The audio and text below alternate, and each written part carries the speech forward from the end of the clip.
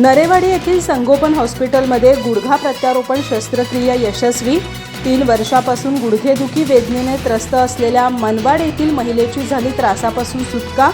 संगोपन हॉस्पिटलमधील तज्ञ डॉक्टर्स आणि अत्याधुनिक ऑपरेशन थिएटरचा लाभ घेण्याचं ट्रस्टचे चेअरमन मच्छिंद्रनाथ पाटील यांचं आवाहन।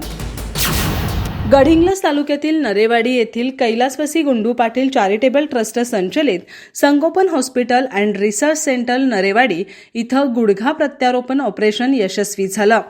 गेल्या 3 वर्षापासून गुडघेदुखी वेदनेने त्रस्त असलेल्या मनवाड येथील शांताबाई रेडेकर या 64 वर्षीय महिलेला वेदनेपासून मुक्ती देण्यात आली। शिवाय या प्रत्यारोपण शस्त्रक्रियेबाबत पुढील 15 वर्षाची खात्री देखील देण्यात आली।